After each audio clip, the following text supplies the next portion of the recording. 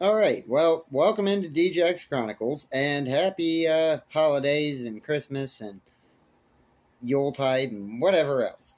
This one is The Festival by H.P. Lovecraft. I like to mix up my holidays. Officient demons und que non sunt sic tamen quasi sint, conspinciata hominibus excipiat. Lactantius or something. And I have no idea what I just said, but here we go. This is our Christmas video. I was far from home, and the spell of the eastern sea was upon me. In the twilight, I heard it pounding on the rocks, and I knew it lay just over the hill where the twisting willows writhed against the clearing sky and the first stars of evening.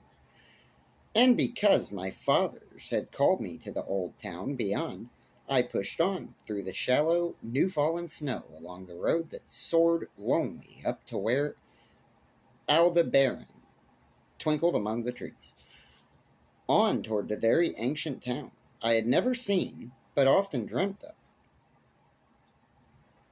It was the Yuletide that men call Christmas, though they know in their hearts it is older than Bethlehem and Babylon, older than Memphis and mankind.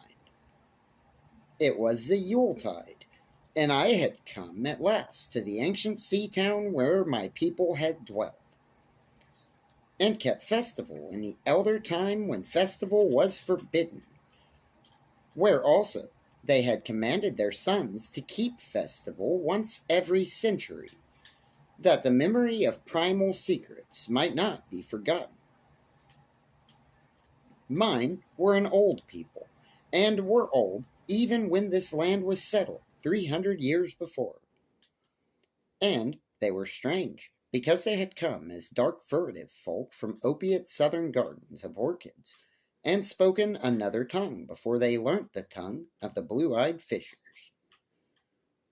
And now they were scattered, and shared only the rituals of mysteries that none living could understand.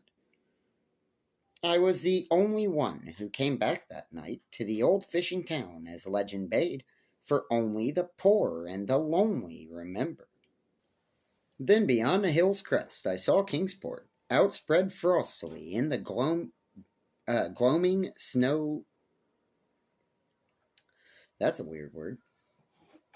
Gloaming snowy Kingsport, with its ancient vanes and steeples, ridgepoles and chimney pots, wharves and small bridges, willow trees and graveyards, endless labyrinths of steep, narrow, crooked streets, and dizzy church-crowned central peak that time durst not touch. Ceaseless mazes of colonial houses piled and scattered at all angles and levels like a child's disordered blocks. Antiquity hovering on gray wings over winter-withered gables and gambrel roofs. Fanlights and small-paned windows, one by one, gleaming out in the cold dusk to join Orion and the archaic stars. And against the rotting wharves the sea pounded, the secretive, immemorial sea out of which the people had come in the elder time. Beside the road, at its crest, a still higher summit rose, bleak and windswept, and I saw that it was a burying ground where black gravestones stuck ghoulishly through the snow like the decayed fingernails of a gigantic corpse.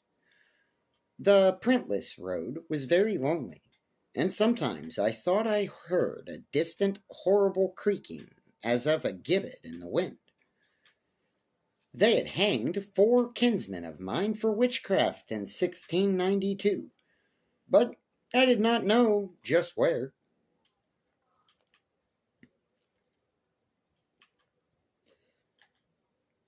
As the wind rode, uh, as the road wound down the seaward slope, I listened for the merry sounds of a village at evening, but did not hear them.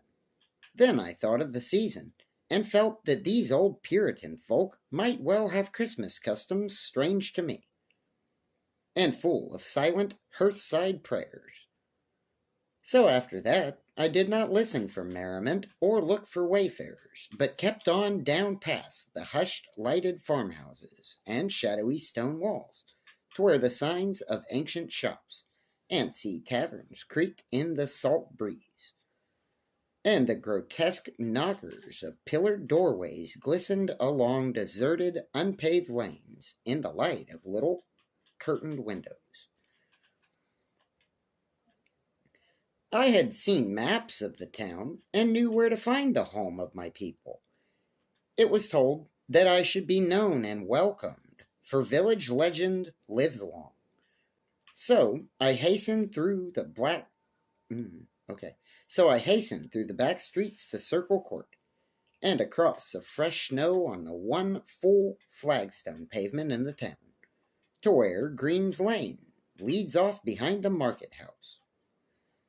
The old maps still held good, and I had no trouble. Though at Arkham, they must have lied when they said the trolleys ran to this place, since I saw not a wire overhead.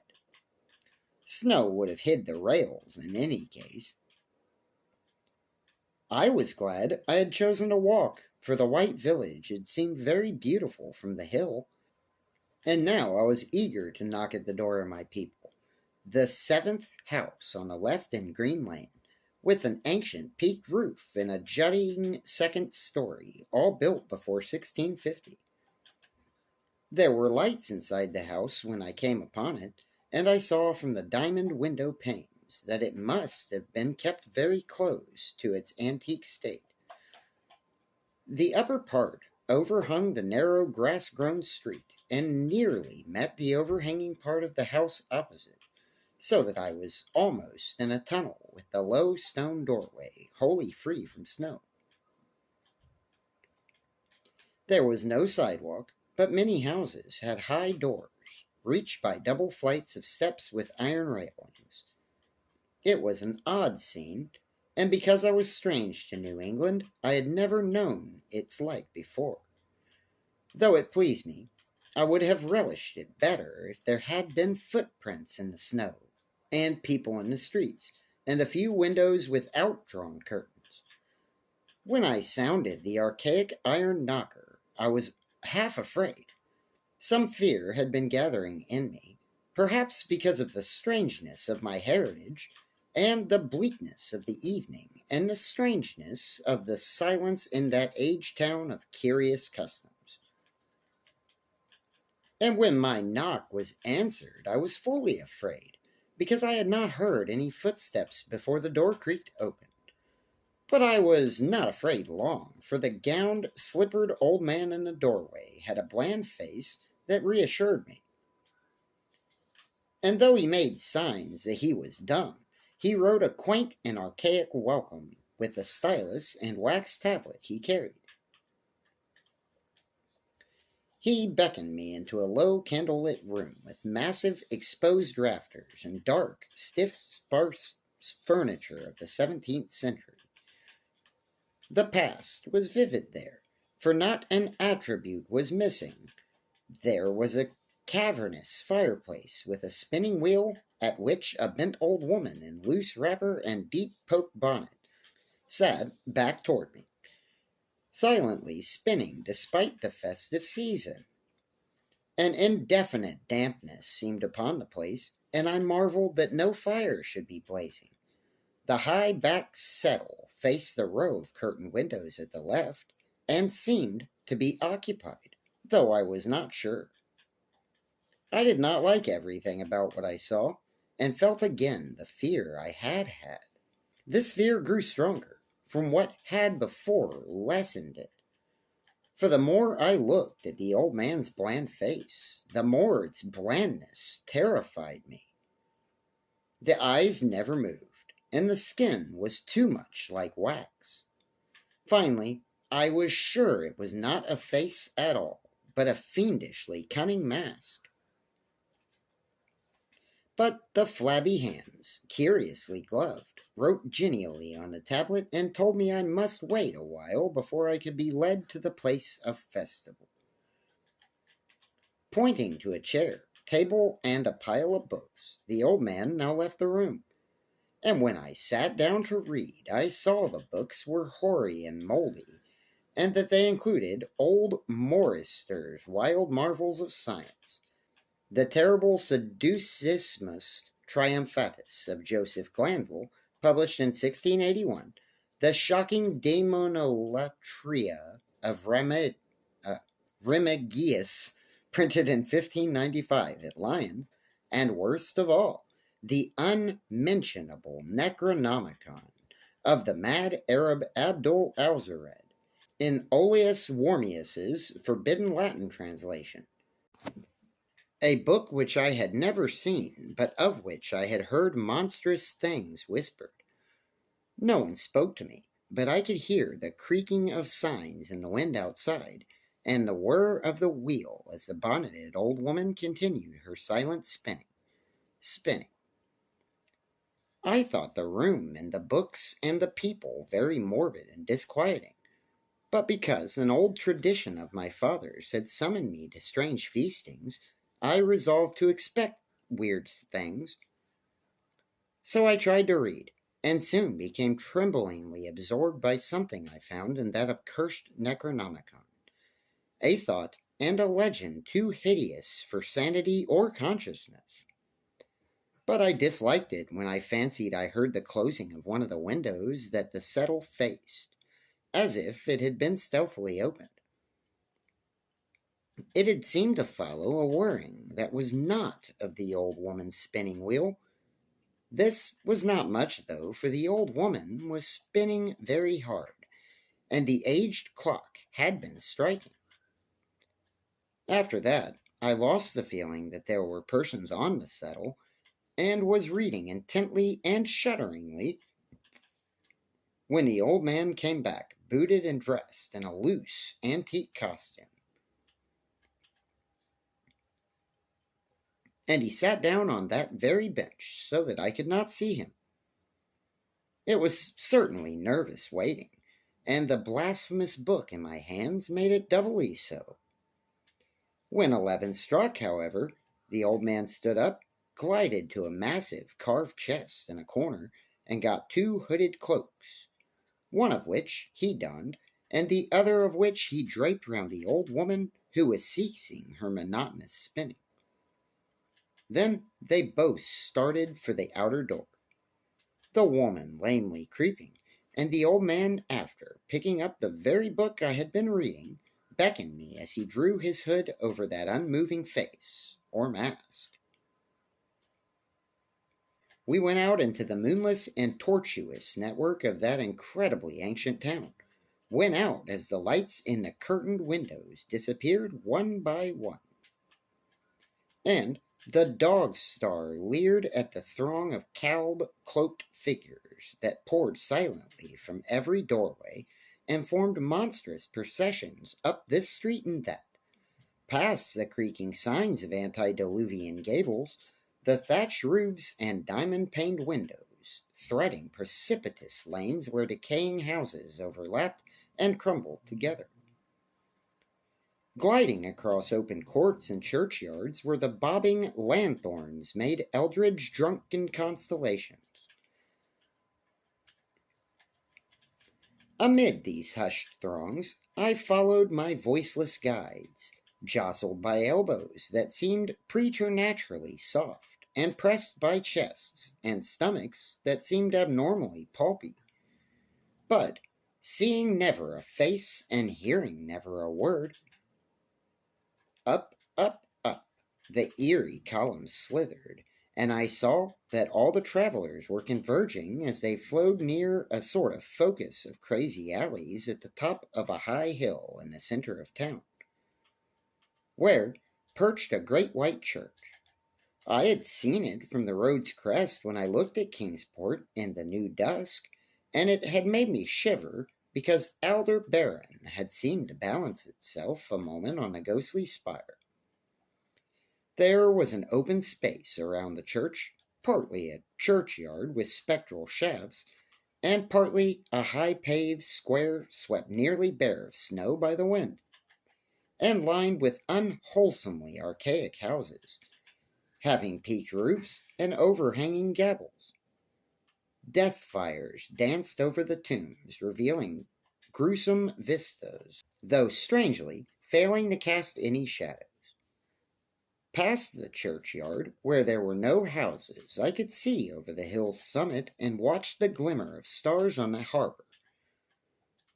Though the town was invisible in the dark, only once in a while a lanthorn bobbed horribly through serpentine alleys on its way to overtake the throng that was now slipping speechlessly into the church. I waited till the crowd had oozed into the black doorway, until all the stragglers had followed. The old man was pulling at my sleeve, but I was determined to be the last. Then I finally went, the sinister man and the old spinning woman before me, crossing the threshold into that swarming temple of unknown darkness. I turned once to look at the outside world as the churchyard phosphorescence cast a sickly glow on a hilltop pavement.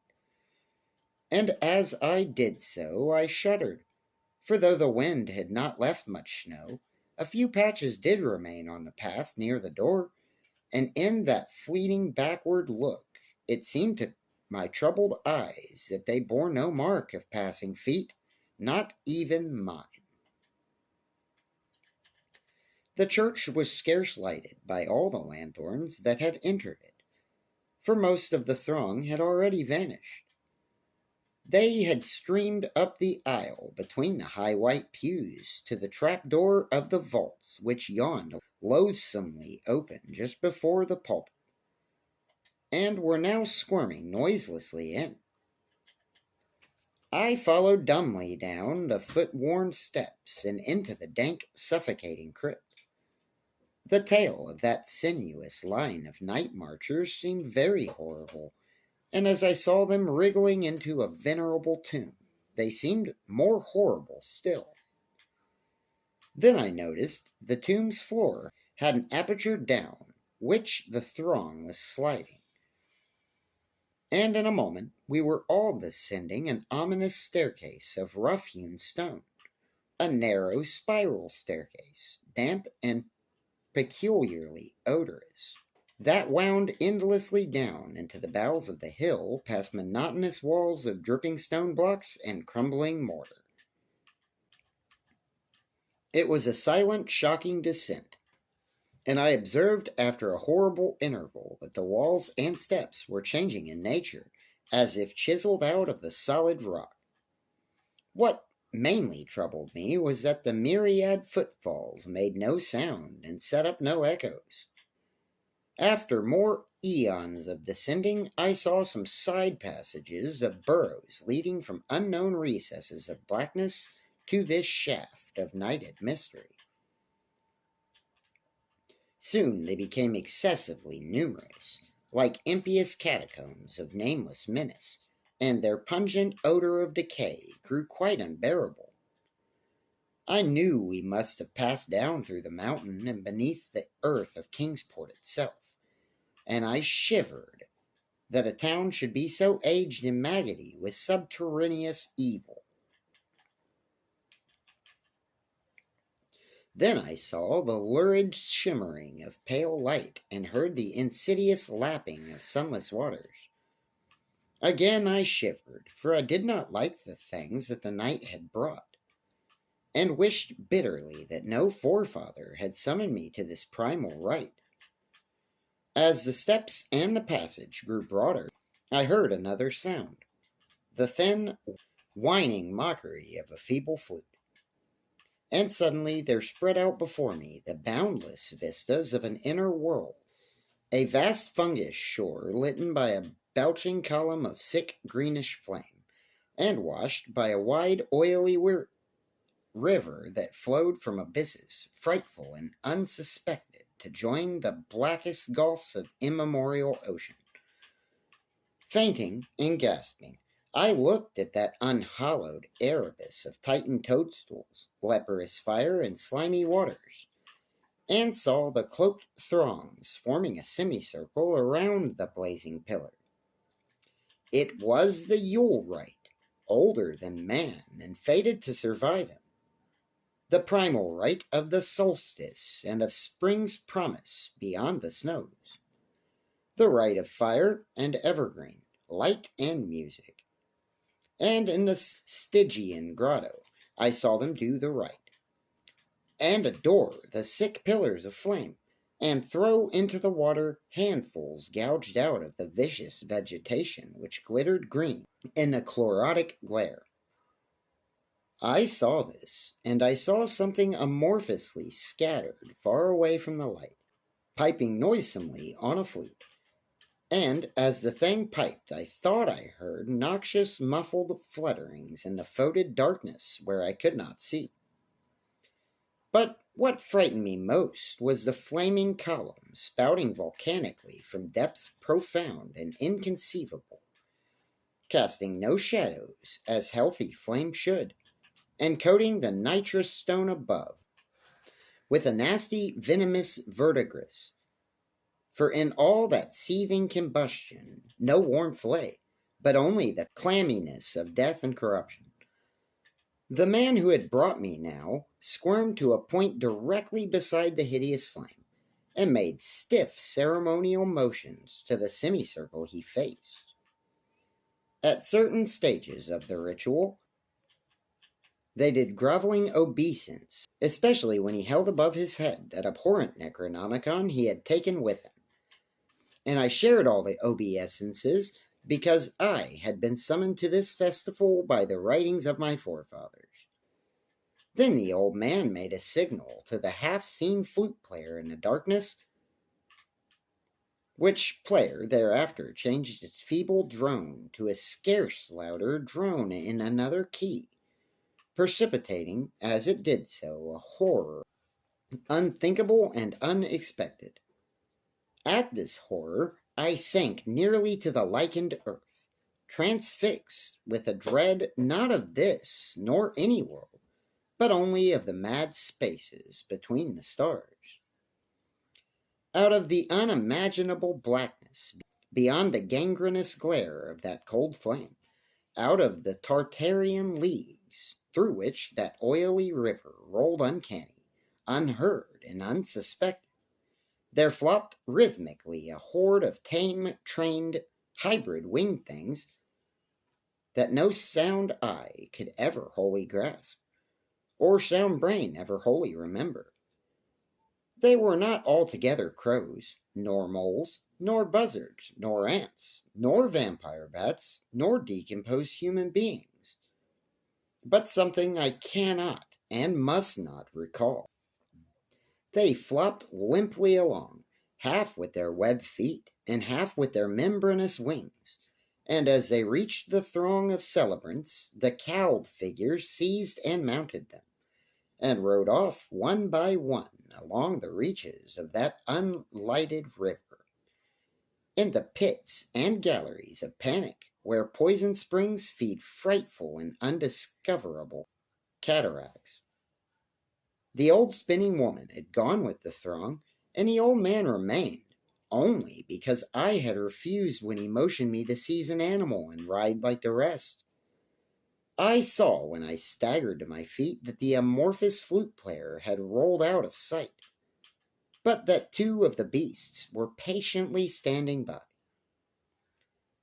As I hung back, the old man produced his stylus and tablet and wrote that he was the true deputy of my fathers, who had founded the Yule worship in this ancient place, that it had been decreed I should come back, and that the most secret mysteries were yet to be performed. He wrote this in a very ancient hand, and when I still hesitated, he pulled from his loose robe a seal ring and a watch, both with my family arms, to prove that he was what he said.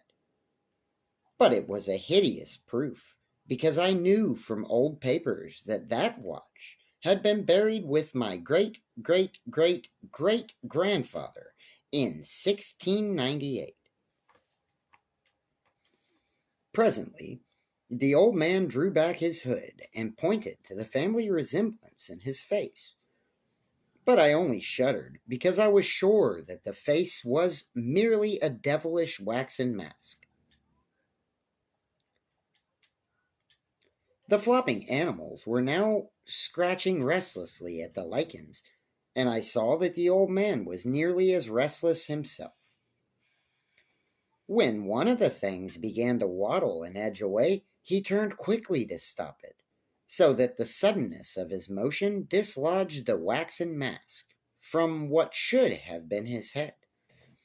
And then, because that nightmare's position barred me from the stone staircases down which we had come, I flung myself into the oily underground river that bubbled somewhere to the caves of the sea. Flung myself into that putrescent juice of earth's inner horror before the madness of my screams could bring down upon me all the carnal legions these pest gulfs might conceal.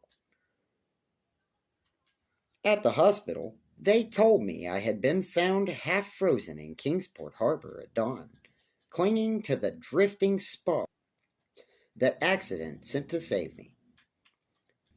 They told me I had taken a wrong fork on a hill road the night before and fallen over the cliffs at Orange Point, a thing they deduced from prints found in the snow. There was nothing I could say because everything was wrong. Everything was wrong, with the broad window showing a sea of roofs in which only about 1 in 5 was ancient, and the sound of trolleys and motors in the streets below. They insisted that this was Kingsport, and I could not deny it. When I went delirious at hearing that the hospital stood near the old churchyard on Central Hill, they sent me to St. Mary's Hospital in Arkham, where I could have better care. I liked it there, for the doctors were broad-minded, and even lent me their influence in obtaining the carefully sheltered copy of Alzared's objectionable Necronomicon from the library of the Miskatonic University. They said something about a psychosis, and I agreed I had better get any harassing obsessions off of my mind. So I read again that hideous chapter, and shuddered doubly because it was indeed not new to me. I had seen it before, let footprints tell what they might, and where it was I had seen it were best forgotten. There was no one in the waking hours who could remind me of it, but my dreams are filled with terror because of phrases I dare not quote. I dare quote only one paragraph, put into such English as I can make from the awkward low Latin. The nethermost caverns, wrote the mad Arab, are not for the fathoming of eyes that see, for their marvels are strange and terrific. Cursed the ground where dead thoughts live new and oddly bodied, and evil the mind that is held by no head.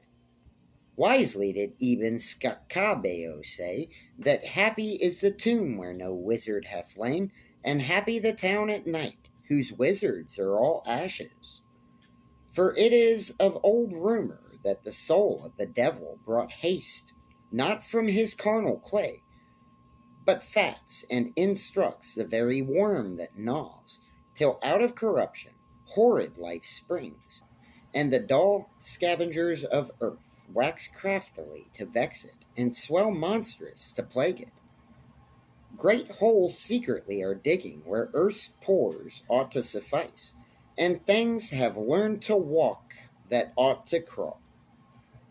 All right. Thank you all so much for watching, and Merry Christmas, Happy Holidays, and I hope everybody enjoyed the story. I'll see you next time.